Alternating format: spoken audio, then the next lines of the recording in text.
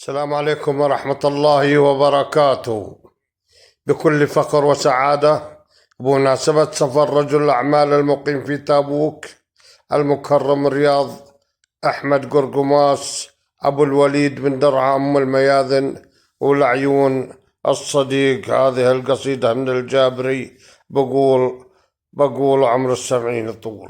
أكتب حروفي ونورهن بانوار الأصالة لرجل الكفل حياته أخلاق وحشامة، النخوة بدمه فزعة موثقة بعجالة، جموع الكرم به كالنحاة مع هشامة، أبطلت الوسامة به نور البدر وهلالة، القرآن الكريم كتابه وطلت تشعب كرامة، قلبه مع الله كأنه الشيخ اللي له جلاله، العسل تكلم ممزوج والله بكلامه، العسل تكلم ممزوج والله بكلامه، لضيف والترحاب من العز والخير ناله، ندلال على النار مهجله باهتمامه، فنجان يتقدم للملوك ولأهل العقاله، ترباية الحج أبو فياض الصقر اللي ما هو رخامة، مضافته للضيف ترحيب